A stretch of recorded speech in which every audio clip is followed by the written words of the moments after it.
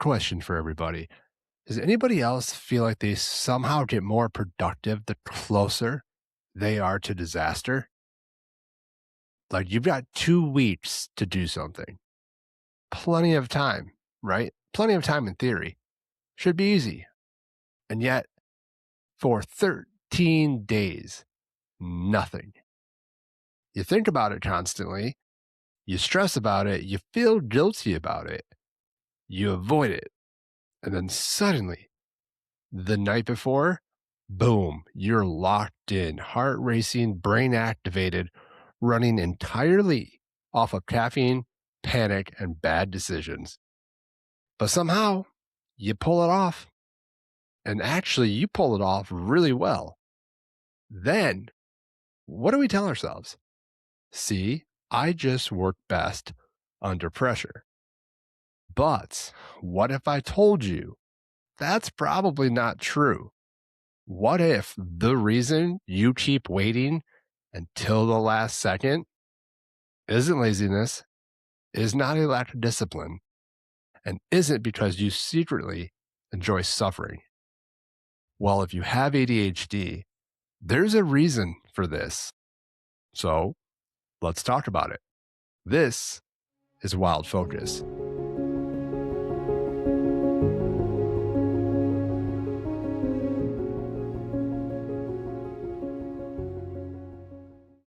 And today we're talking about something a lot of people with ADHD quietly carry around like some weird badge of honor, even though it is low key burning our lives to the ground. We're going to talk about the urgency trap. That thing where your brain somehow refuses to move until the consequences feel catastrophic. And look, let's be honest for a second. How many of us are basically powered by deadlines, anxiety, guilt, and last minute panic, and also that pure survival mode?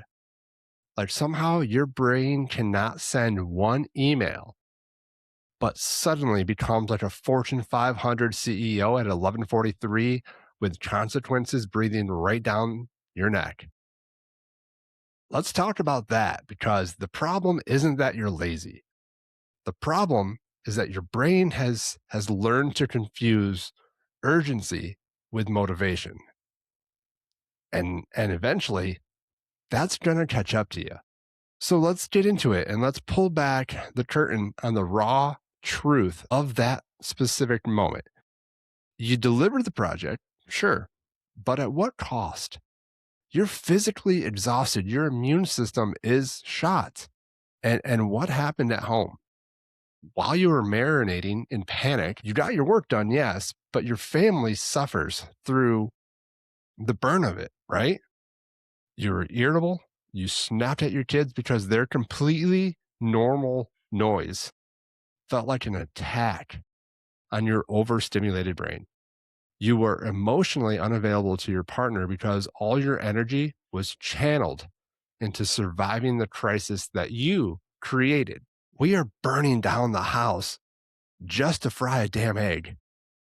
We're using panic as fuel. And today we're going to talk about why our brains do this and the actual neurological damage it's causing and how we can finally quit the cycle. But before we talk about fixing this, I want to remove the shame from the room. Okay.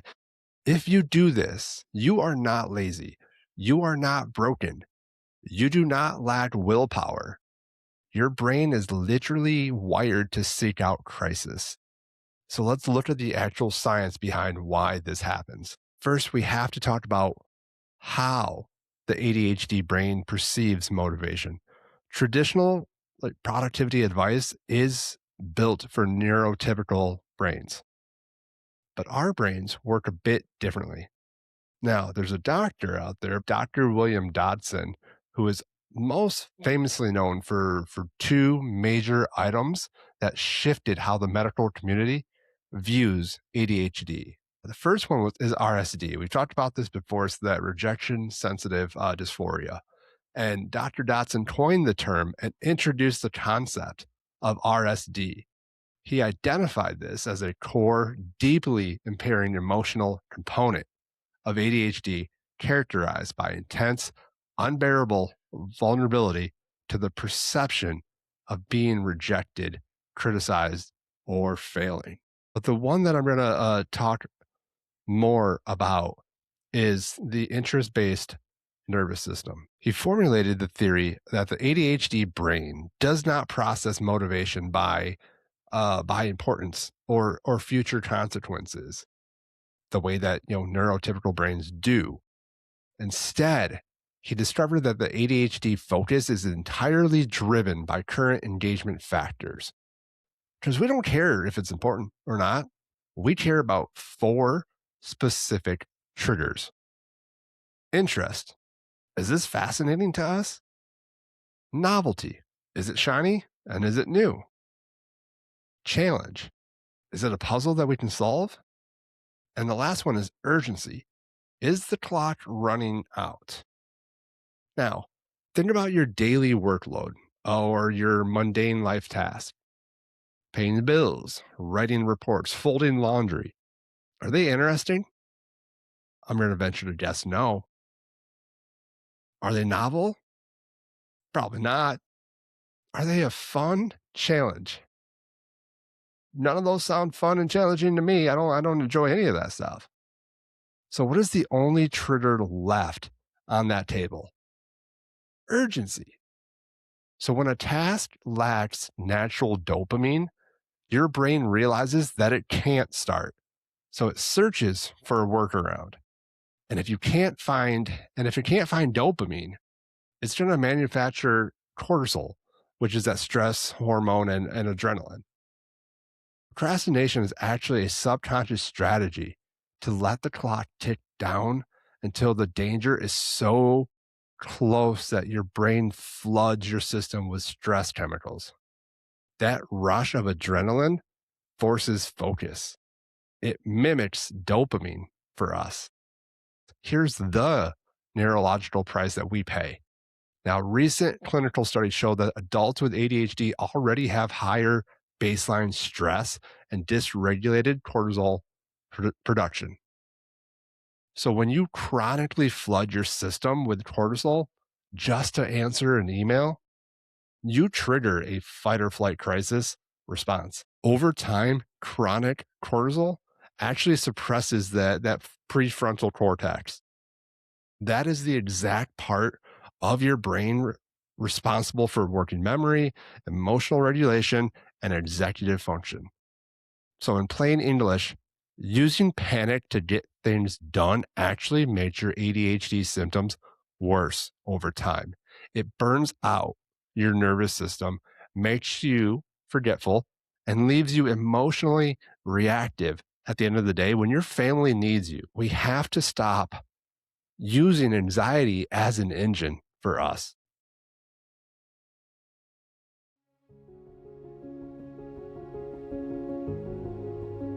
I want to take a quick second to pause and to talk about my company, Weekend Wild. It's an outdoor lifestyle brand built around one idea: spend less time on your screens and more time outside.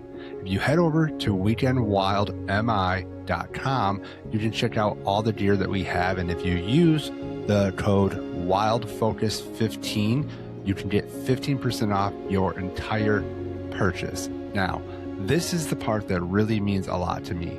10% of all sales goes to supporting the DNR Stepping Stones program, which is a nonprofit that is dedicated to helping individuals and families gain access to the outdoors.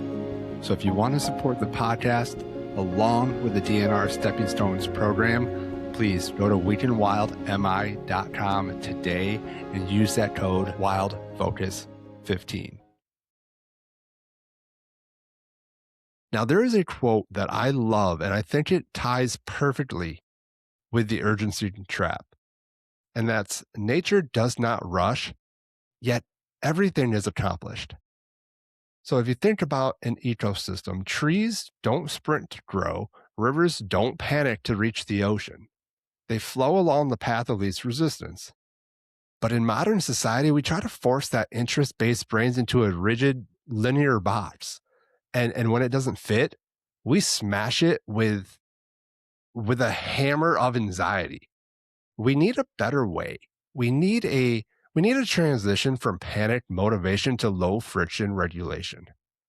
And here are four heavily researched and practical tools you can start using today to build that low stress momentum engine. All right. And tool number one is elevate your chemical baseline first. Now, I've learned to do this one at my 9 to 5 desk job. Okay. The biggest mistake that we make is sitting at a desk, staring at a task, waiting for motivation to strike. Movement precedes motivation. All right. So neuroscience shows us that physical exercise and exposure to morning sunlight significantly increases your baseline dopamine levels. If you are stuck in task paralysis, do not sit there beating yourself up. Get your butt up, go outside, take a 10-minute fast walk around the block or the work property, wherever you're at.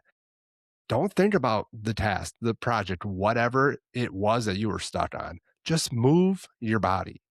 You are resetting your nervous system and clearing out paralysis. And when you go and sit back down, your brain is chemically prepared to initiate action without needing a panic spike. Tool number two, manufacture play over panic. Gamification is the name of the game. Okay. Since our brains demand engagement, we can trick the interest based nervous system by substituting urgency with a challenge or novelty. So turning boring tasks into like a low stakes game. Don't say, I have to write this 5-page report today.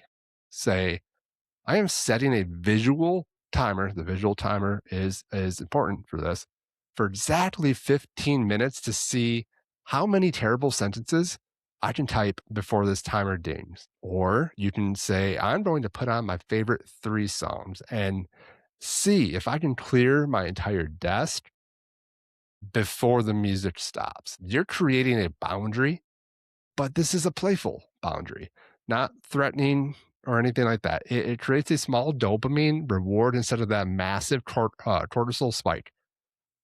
I love adding music in the background to anything that I have low motivation to do. Right when I get to work, sign in, music goes on. It helps me start the day, helps me get things moving. Tool number three, reduce initiation friction to a stupidly absurd degree. So when an ADHD brain looks at a project like do my taxes or clean the garage, it doesn't see a task. It sees a massive mountain. And that mountain triggers a threat response, which triggers avoidance. So you have to shrink that mountain into a molehill so small that your brain doesn't even view it as a threat. We call this micro step, or depending on what you need, we can even go farther into a macro stepping. Both we actually covered in last week's episode. So if you haven't listened to that, go back and check that out. But we need to reduce the friction to zero, essentially. Don't try to do your taxes. Just commit to opening the laptop and clicking on that bookmark website. That's it. You're allowed to close your laptop immediately after that if you want. But 90% of the time, once you cross that friction of initiation, your brain adjusts and you just can keep going. So action tends to cure fear. Tool 4, low stress social accountability. The urgency trap relies on external pressure. Okay. It's like a boss finding out that you miss a deadline.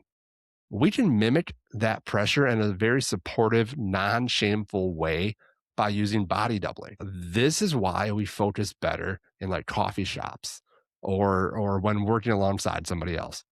The physical or digital presence of another human being acts as a mirror for our attention, providing a gentle environmental anchor. You can use platforms, and we talked about this one before, FocusMate, or you can just tell a friend, hey, sit on a Zoom call, or hey, can you FaceTime me for about 30 minutes while I grind through this email list? There's no judgment, no panic, just shared focus. Or what I do is I have it. If you have this opportunity, if you have this option, I have a job where I can choose to work remote or go in and work at the office. I tend to go in and work at the office just for the body doubling purpose of it. Human contact, it does help me stay engaged and keeps me going, but it there's people around. I know they're not looking at me, judging me, like looking over my shoulder to see if I'm doing stuff, but it's just them being there just automatically helps me. So even on days that I don't have to go in, if I wake up and I'm feeling very low motivation, I'll get dressed and go into the office just to help pick me up and get me going and through the day. Now, as we wrap up the episode today, I want you to remember that your brain is an incredible, highly adaptive machine. It figured out how to use stress to keep you employed and functioning. And honestly, you should thank it for that, for getting you this far. But that survival mechanism, it's costing you your peace, your health, and your presence with the people that you love. You cannot run an engine on premium anxiety forever. So this week, I do have a challenge for you. Pick one task that you've been avoiding. And before the panic hits, I want you to do three things.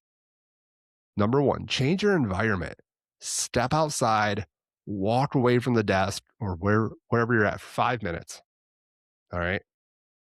And then number two, break that task down into one ridiculous 2-minute micro step.